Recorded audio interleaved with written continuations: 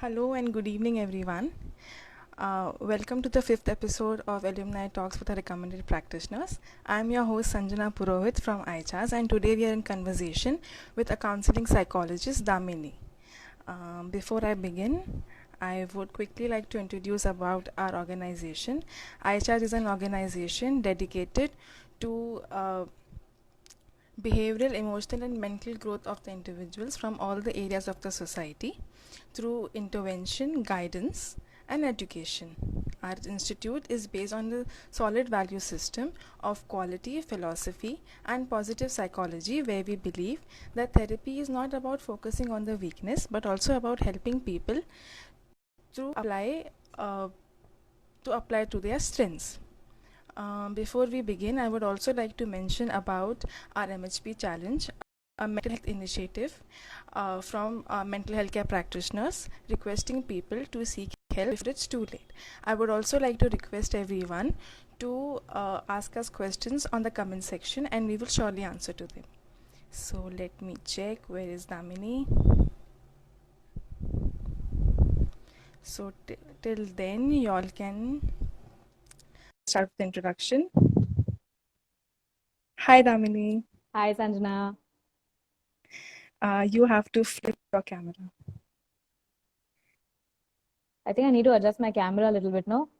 Yes, yes. Okay. Let me know if this is okay. No. Mm, Yes, perfect. So we have a counseling psychologist, Damini Grover, and I'll quickly introduce about her. Damini Grover is a counseling psychologist and a hypnotherapist based in Delhi. She is a founder of Am Powered Center for Counseling and Wellbeing, which is located in East Delhi. She has started her own practice since 2014, and since then she has worked with many individuals and families, improving their relationship, quality of life, coping with depression, anxiety, relationship, marital concerns. She has also conducted several workshops on various topics and published articles in Psychologues. It's India's first psychology magazine. Recently, her views on boys' locker room controversy were also covered in the Hindu newspaper. She has also been awarded the Spiritual Leader 2020 award by the Artemis Hospital and Universe Savior Foundation. So this is about Damini. So Damini, can you tell us something about yourself because it was like really brief. Okay, so I think you've covered most of the things, but I'll just add like bits and pieces here and there. Um, Over, I'm a counseling psychologist, also a cognitive hypnotherapist. I am also a graphologist. And along with that, I am also a dance and a fitness enthusiast. And I'm telling you this because I know that this also finds its way into the work that I do with my clients. So I graduated from Delhi University. I completed my master's from Amity University. And I actually started my own practice pretty early. Straight out of my masters, I started Wow. working with individuals because that was a plan always. That was something that I Hmm. really wanted to do, and I've sort of grown along the way. I've grown into this journey. So yeah, and I love to write. So you've already mentioned that I've got a couple of articles published. So I've been lucky in that sense. So I'm a writer. I am also a poet. I have a book, a Hindi poetry book published. I think it came out in 2017 by the name of Rahguzar. And so yeah, Wow. I draw influences from everything that I do in my personal life, and they find their way into my professional sphere as well. And I'll also, on this note, I would like to highlight the fact that my center's name, which is I'm Powered, it is basically a center for counseling and well-being. So the idea is not just to, cater to people that they have some problems, they come, they seek some advice, or, you just counsel them and send them on their way. It doesn't work like that with me. When I work with people, I really work with the person within my client. and I aim to look at their, holistic development. So whether it is something to do with their health, whether it is something to do with their family, I kind of look into everything.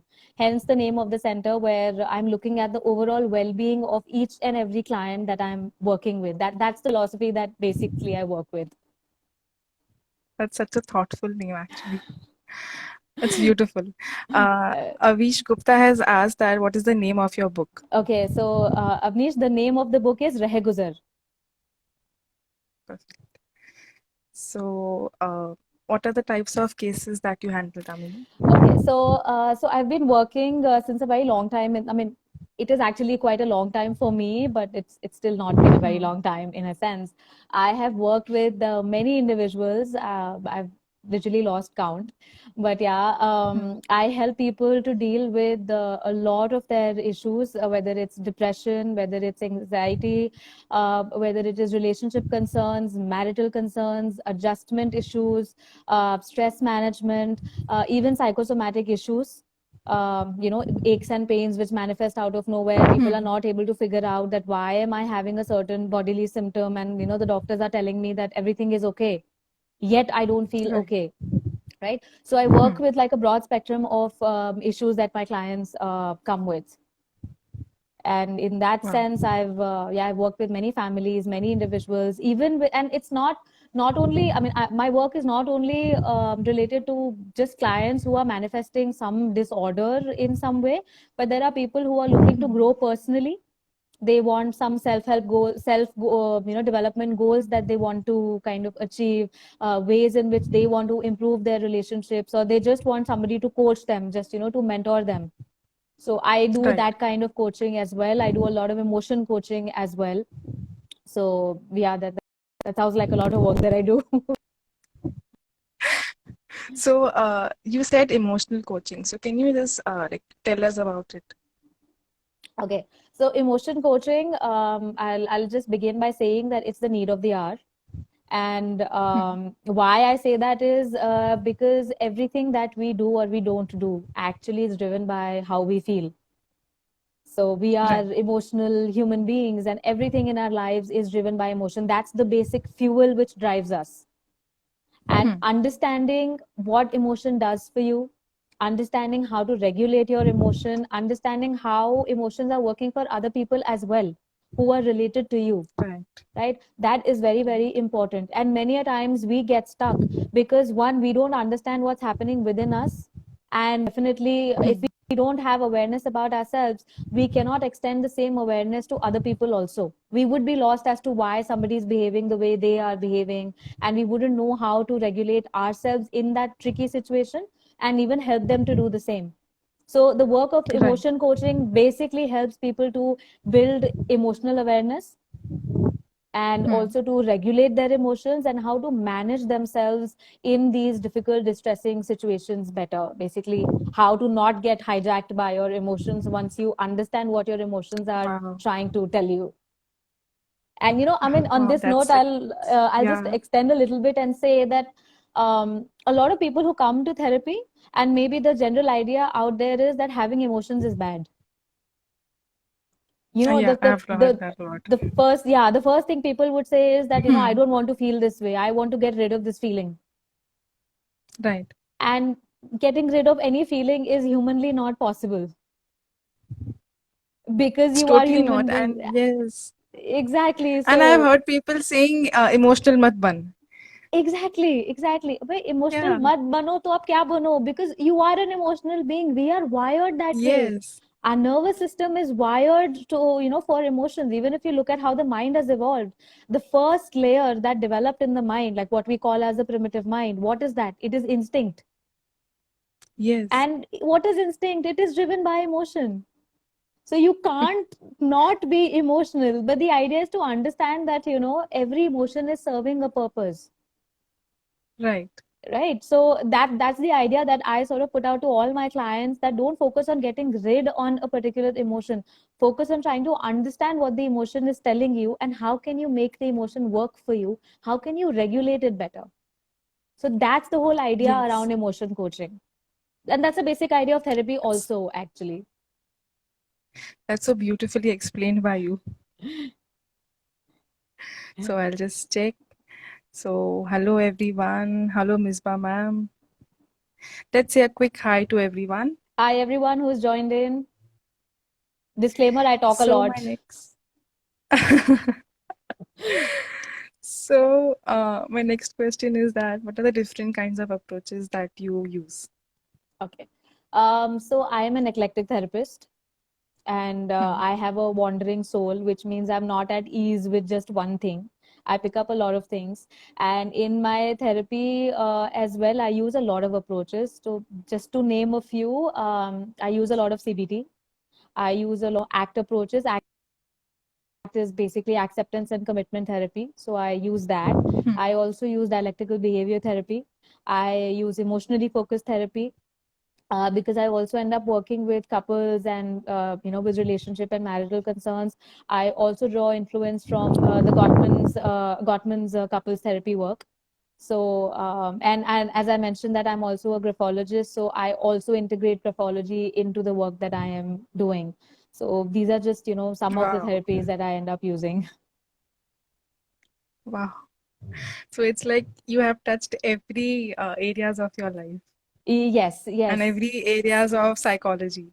Absolutely. And I'm telling you, there is a lot more to explore. There's a whole universe out there which we are not even aware of.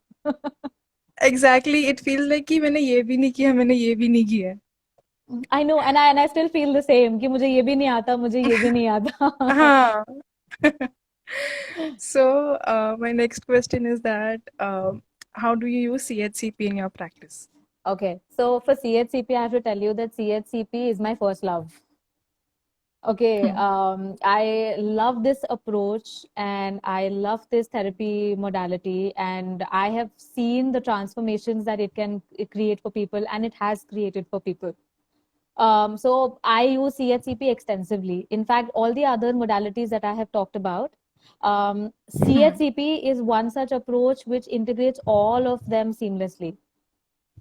So majority of my sessions with my clients, majority of the work that I do is based on cognitive hypnotherapy.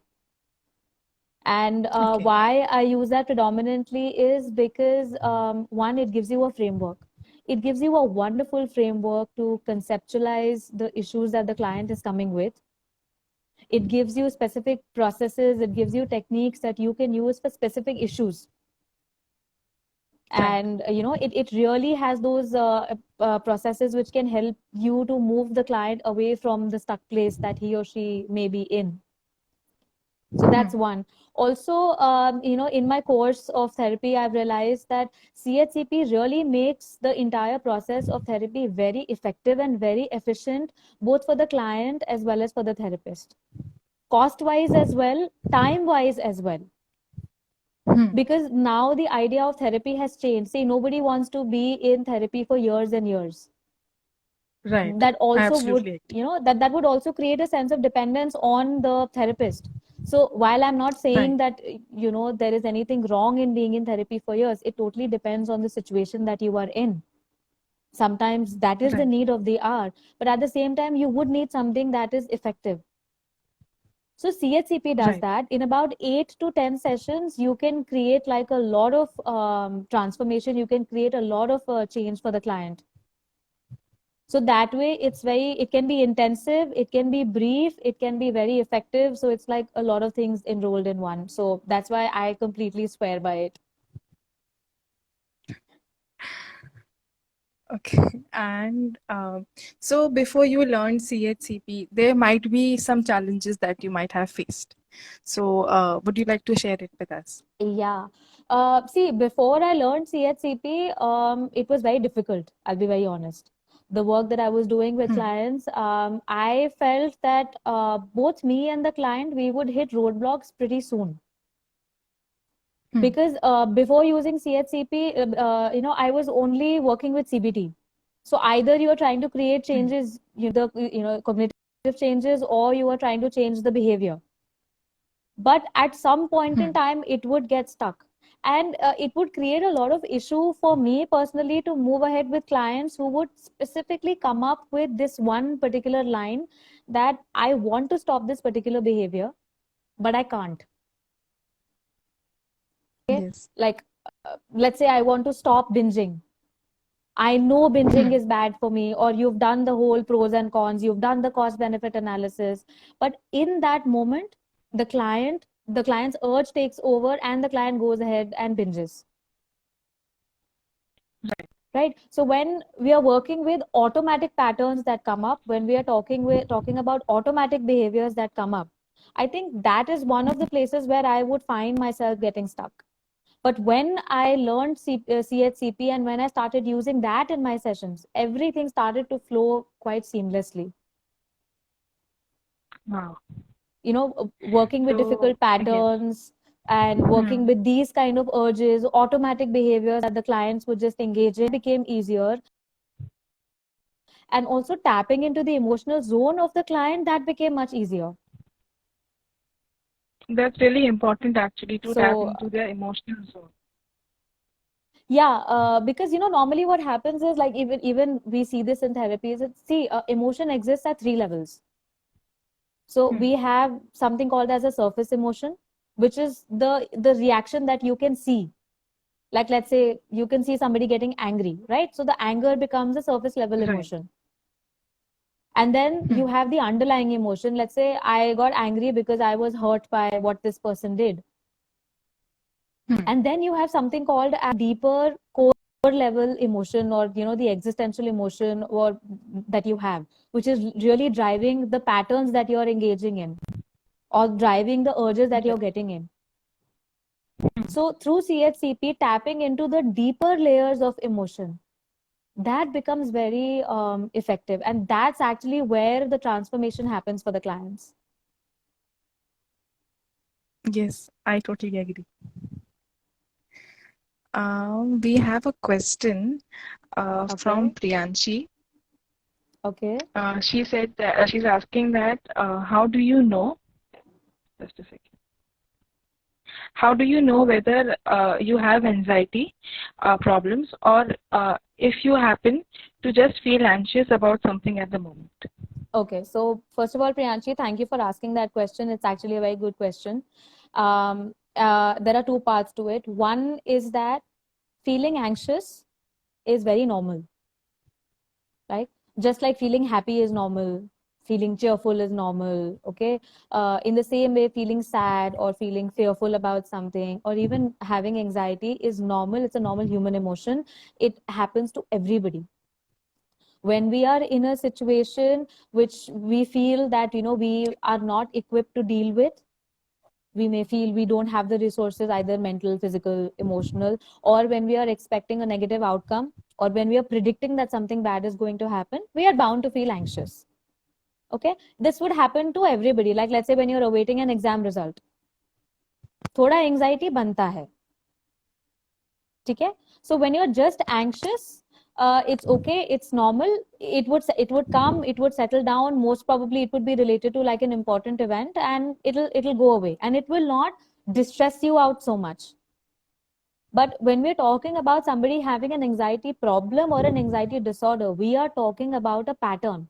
We are talking about anxiety that is coming up repeatedly, either in similar situations or in different random situations, and it is causing you a lot of distress.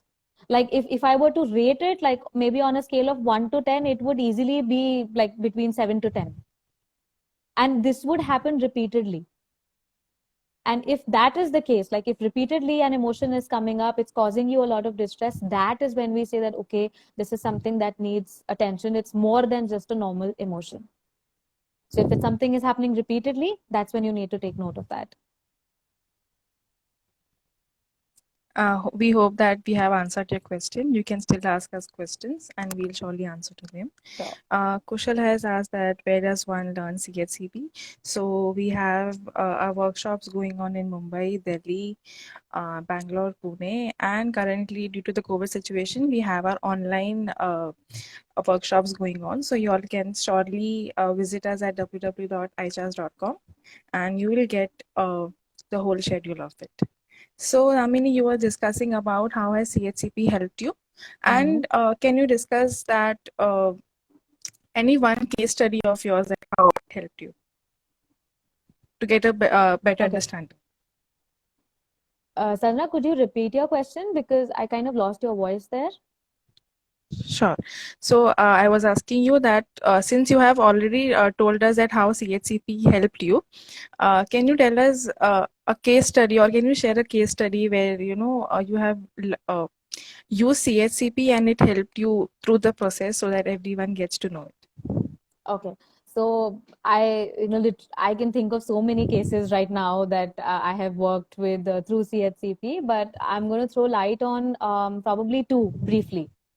Okay. This was just a recent case that I worked with like before the lockdown happened. A young girl, probably 2021, who came in with only physical symptoms. And the physical symptoms were that she would vomit like throughout the day. She could not eat anything. The minute she would eat, she would vomit. She was severely constipated. There was a lot of like gastric distress. She was facing sleep difficulties as well. She was losing weight. And the minute she would go off to sleep, she would have really bad headache. She would also complain that, her vision is slightly blurry, although everything was fine with her vision, but it was just a feeling that she would get. Now, this had been going on, these physical issues with her had been going on since I think she was in class 7th. And, since all of this had been going on for so many years, she had, as you would have understood by now, she would have visited all doctors and got all her investigations done. And there was nothing conclusive that really came out. She was only given medications for her constipation or for her gastric distress. She was told to visit a dietitian, fix her diet, and just sleep on time, maintain a routine, and she had already done all of that. And by the time she came to me for therapy, the doctors had given up. They had nothing more to offer to her, and they started telling her, nahi, aapko stress ho raha hai, stress ho raha hai. She was already showing depression symptoms by the time she came, and yes, there was underlying anxiety as well. And so when I started working with her, of course, the immediate idea was to first calm down the entire physiological distress that she was experiencing. And it was primarily through CHCP. So my initial couple of sessions were only CHCP. And within about 2 to 3 weeks, there were changes in her appetite. Like her appetite came back, her vomiting stopped drastically, even to the extent, I mean, for somebody who starts vomiting from 7 in the morning till, let's say, 11 at night, her vomiting came down to just once, maximum twice a day. And even then, she was able to control the urge to vomit. She started eating properly, like she started enjoying eating, because when you're in so much distress, you don't even feel like eating. Your body is not accepting anything. Right. And her bowel movements became fine, like how they became completely normal. That I think happened within 2 weeks. So in a span of about, let's say, I would say about a month, we were able to create all of these changes. And here, like in the beginning, I used CHCP extensively before I worked with any of the underlying issues, because calming down the physiology was more important. And of course, there were underlying issues which were triggering. So this was a completely psychosomatic complaint. All of these issues. This was triggered by a lot of anxiety. Okay. Right. And the anxiety was that, her family would keep shifting cities every year or 2 years. So basically, the girl never really got a chance to adjust in any one place. And before she could get settled in one place, she was moved to another school or to another city. So that kept the anxiety building up. And eventually she started resenting the whole idea of being in another city or, moving to another school.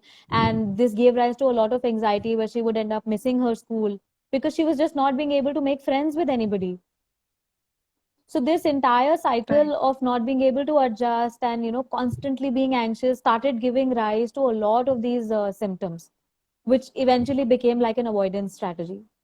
So, and the techniques that I primarily used with her were, I did a lot of inner child work with her, which incidentally happens in other therapies as well. So I use a lot of inner child, and I used a lot of, not a lot of, but yeah, I did do 6-step reframing, which is one of the techniques that we have in CHCP. I used that with her, which really helped with her vomiting and her constipation. That really worked.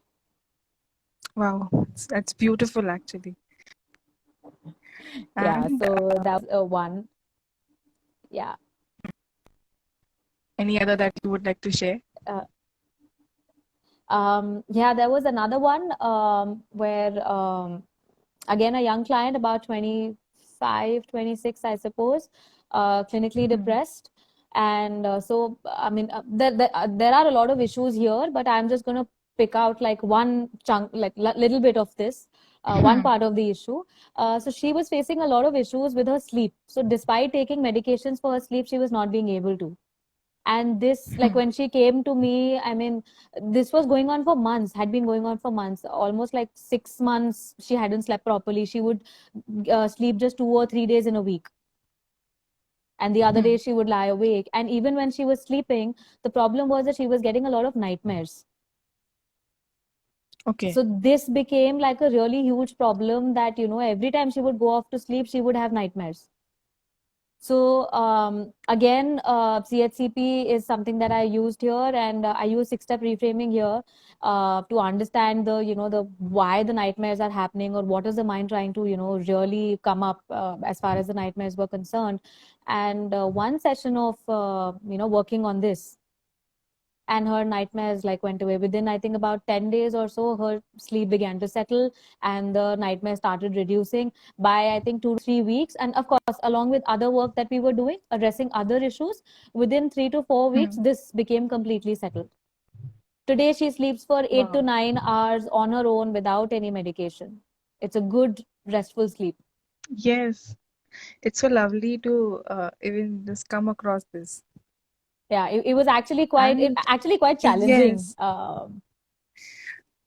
challenging as a therapist or the client. Sorry, could you repeat, Sanjana? I lost your voice. Challenging as from which side? It was challenging from both, from my side as well as for the client. See, the client anyway is in a very distressed state, and they don't understand what is happening. So for me, even to explain to the client that, look, there is something happening at a deeper level which is triggering your nightmares. It is not just a Right. simple sleep issue. We are talking about a deeper emotion that is kind of coming into play here. Even getting that point across was challenging. So it did take some time to warm up the client to the idea that we need to delve deeper into this. And I still remember, like, when the day we decided that, okay, today we are going to work on the nightmares, her reaction was, okay, dekh lete hain. If it works, it works. I mean, that was the attitude. But after 2 weeks, like when I asked, I said, so what's the status of the nightmares? And she was like, I haven't had them. I don't remember any nightmare. That was the state after 2 weeks. It would be such a good feeling for you also. Yeah, and because obviously I was also anticipating that she would come up with something, Right. but her reaction was so cute and classic. She's like, nightmares? I think I've been sleeping fine. I don't remember. So, Nitin sir, hello. Hi, And Nitin sir. Sumlata has asked that what was the reason of your previous case that you had mentioned? The case study What that you was had the mentioned, reason what for was my the previous reason? case? Like as in, what was the reason of the client to have those issues, the The challenges the that she the faced? psychosomatic issues? Yes. Okay, so I mean, I did mention that, but I'm just going to recap it in brief. The reason for psychosomatic issues were that the client was basically not being able to adjust in any environment. So it all started because she was every year or every 2 years, she was made to switch schools. So because the father had probably a transferable job, from what I remember. So before she could settle in any environment, she was taken out of that, right? And that really hampered her, obviously hampered her performance. She was not being able to develop a social circle. It was a very daunting experience for her as a child to keep explaining to everybody in every school that why she's not stable in one place. So making, and her own personality, she was slightly shy, she would take time to open up. So this became a very anxiety provoking experience, and she just didn't, and she was reaching a point where she did not want to go to school. She just did not want to, face people and answer these questions, that why did you move from that school and why are you here now? And then the whole anxiety that, okay, the minute I settle here, I'm going to be transferred somewhere else. So this completely sapped the motivation out of her, which started giving rise to a lot of anxiety. As a result of that anxiety, because she was not being able to handle the anxiety, she would vomit every time she would be anxious. She would end up missing school. And when she would not go to school, those days were very fine and relaxed for her. So it actually began from there. It was more of like, she was trying to seek attention for the fact that she's not being able to adjust, but she was not being able to convey this to her parents. So this is how it all manifested into physical symptoms. So we hope that we have answered your question, Somata.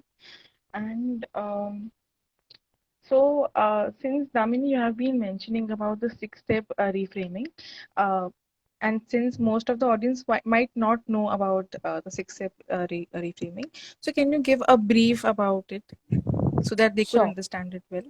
Sure. So a 6-step reframing, as the name suggests, I'm not going to go into too much technical detail, but just breaking it down a little bit. So there are 6 steps.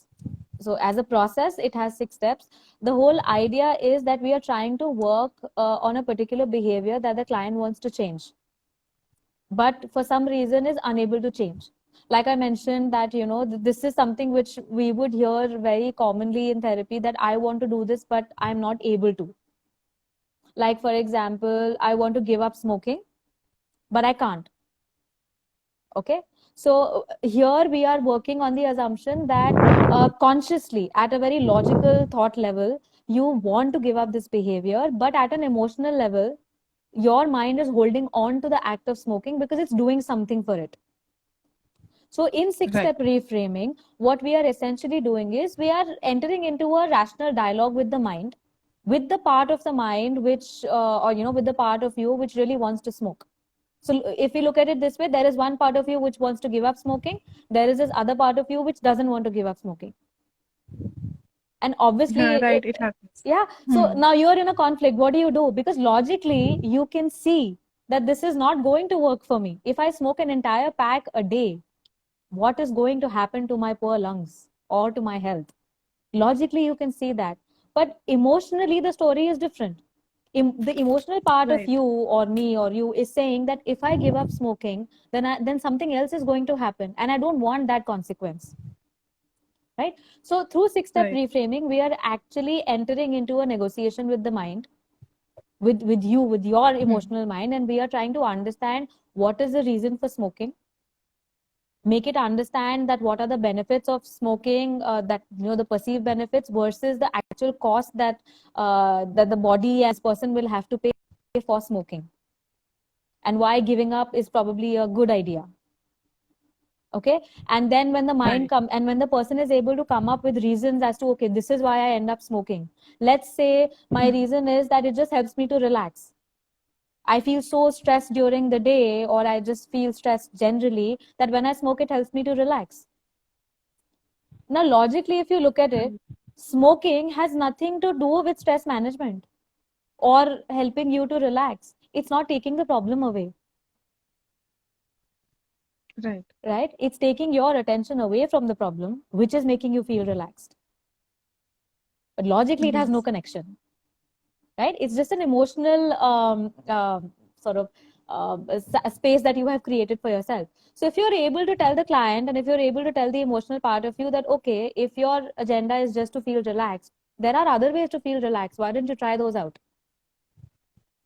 Right? Yes. I mean, the idea is to fulfill the job, right? काम होना चाहिए. Right.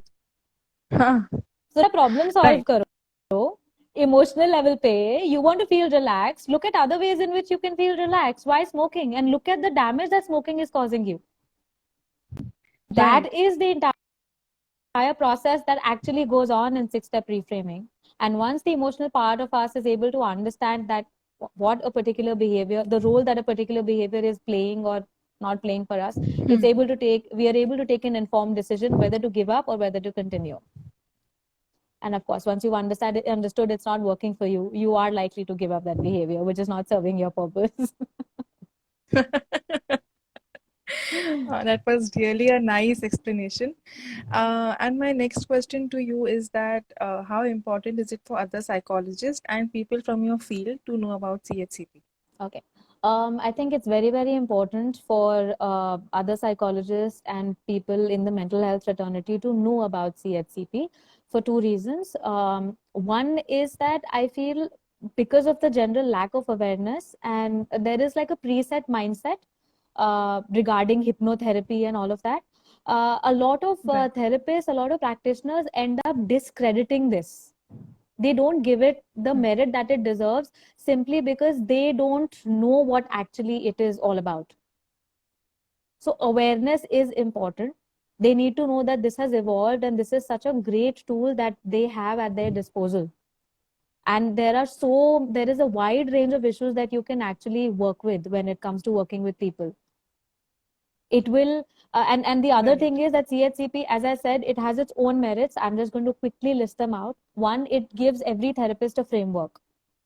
Okay, it right from formulating client, conceptualizing the client, to having specific processes, specific techniques that you can use for specific issues, right? Handling the emotional world of the client, even bringing about changes at a cognitive level. CHCP does everything while keeping the client in a very relaxed and receptive state. It makes your work as a therapist very efficient, very effective. And I mean, it's not just me. I have had interns coming and working with me. When they see the work that we do in the sessions, they themselves are amazed. And I know so many of my interns who have, wanted to sort of go and get themselves enrolled in a CHCP course because they want to upgrade their skill. Right. So in that sense, I would say that it's very important that people should know about it, especially people in the mental health fraternity, because it's a wonderful tool. Of course, used with awareness and knowledge, it can really enhance your work as a therapist. Yes, I remember I had asked Nitin sir that, sir, there are so many therapies. So can you tell me how many therapies are there? So when he told me that, Sanjana, there are more than 75 techniques and therapies that we teach in the CHCP module. I was like, wow. Yeah, actually, I mean, and I was telling you that, even though I use a lot of other therapeutic modalities, everything is Hmm. interlinked, and CHCP draws from so many other therapies. Right? Right. Like it uses SFBT, which is a solution focused brief therapy. So you Hmm. can, through CHCP, you can make your therapy a brief therapy as well, where you are working with 4 to 6 Hmm. sessions or 6 to 8 sessions. So you've automatically converted that into a solution focused brief therapy. You want to go into Right. deeper emotional work, there your emotional focused therapy comes into play. Because emotionally focused therapy is all about working with emotions. Okay, Right. so it integrates so many other therapies. NLP is a part of this, right? Yes. DBT is a part of this. So it's an amalgamation of so many things. You learn this and you've covered like so many of your bases. It feels like, that I'm a Santa Claus and I'm carrying so many therapies with me. If the client comes, I'll give you this, not this, then this. Actually, that's actually a very good way of putting it. Like you have so many tricks up your sleeve. Chalo, this is not working for you. Yes. Okay, I have this. Huh. This doesn't work. I have this. So, that way you feel armed with so many Yes. things that you have. And Damini, I'm sure that CHCP might help you in your personal life as well. So, would you like to share how? Yes, so this is an interesting one. So actually my tryst with the CHCP I had my tryst much earlier, while I was studying psychology. Hmm. I was facing some personal issues of my own, and I had taken help. And the therapist that I was Hmm. working with was already a CHCP practitioner back then. And Okay. mind you, a lot of people didn't know about this therapy. Even I didn't know about it. Hmm. Right now, like there is so much information thanks to social media, thanks to the work that even you guys are doing. There is so much information out there, but उस time पे कुछ भी ऐसा नहीं होता था. But so when I kind of worked on myself, I used CHCP on myself. I mean, my therapist used it on me, and I could see the amount of changes that it brought out in me, the issues that I was able to resolve. So and also I was dealing with certain psychosomatic issues of my own, Right. and I was able to overcome them through this modality more than Wow. traditional therapy, traditional CBT and all of that. This really helped me. Wow. And the best part is that it integrates everything, so there is nothing traditional or non-traditional, I mean, anymore. Actually everything is kind of enmeshed into each other. But back then when things were just developing, so this is the experience that I had, and that's when I realized the transformative power that this particular modality has. And it's not just CHCP. Even in other therapies you would find elements of CHCP in other therapies. Like in CHCP, we For have something example. called as the inner child technique, right? Hmm. We use the inner child technique. You'll Right. find that CBT uses inner child, emotionally Hmm. focused therapy uses inner child. Wow. So there you have it. It's all like So it bundled up. so it touches everything ki ye bhi ye bhi. Ex- It touches every field exactly. of psychology. Exactly. So let me have any questions. Okay. So since you have been liking CHCP so much, can you tell us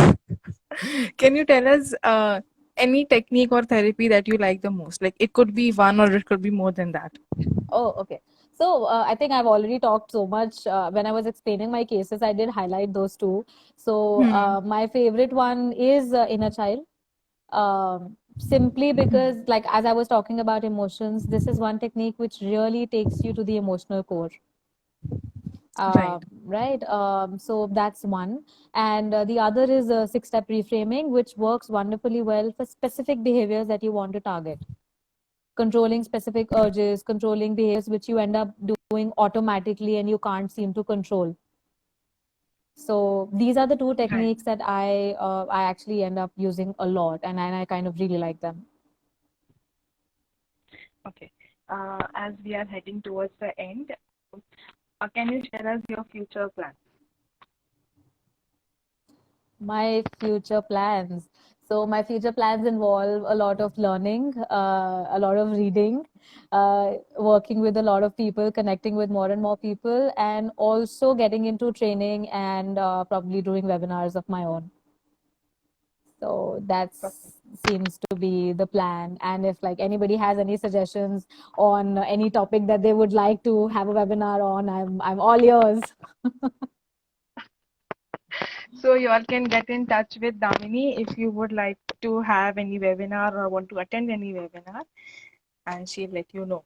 Yes, So you can. Damini, can you mention your Insta ID so that people could get in touch with you? Sure. So my Insta ID is Iempowered_.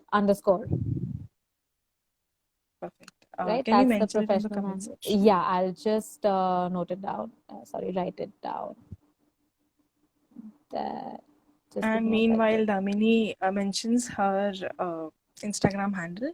I would request everyone to join us on the MHP challenge. It's an initiative by mental health care practitioners to seek help before it's too late. So even as practitioners, we also have a therapist always in touch with us.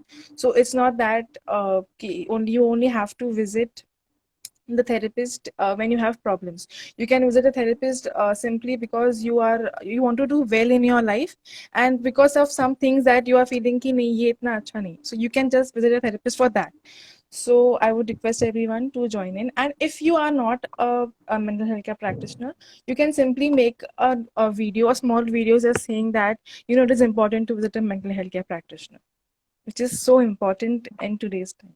Absolutely. And I think, Sanjana, I would just like to add one thing here. Yes. That of course we as mental health practitioners, it is our job, it is our duty to talk about mental health and well-being and why is it important. But I think it's high time that individuals who have been in therapy, who have had experience with therapy, who know that they have been able to create transformation for themselves, they've been able to move forward in their lives with the help of their therapists. They should come forward. I'm not saying that they should come on social media and talk about their personal journeys, no. But amongst their friends and families, if they see that somebody is struggling, and people are still resistant to the idea of going to a therapist precisely for the reasons that you mentioned, that people wait कि जब time आएगा हम तब चले जाएंगे, अभी अभी कर लेते हैं manage, we have relatives, चलो थोड़ी सी anxiety हुई है, कुछ महीनों से ही तो है, चल जाएगा काम, I'll smoke one cigarette and I'll be able to deal with it, those kind of things. If you genuinely see somebody struggling and you personally know what that struggle has been for you, I would request people to reach out to those people, motivate them, and help them to reach out to practitioners. Because that is the link that is missing. Because nobody really knows what goes on in a therapeutic setting. It's only somebody who's been in therapy who would be able to understand the true value of it.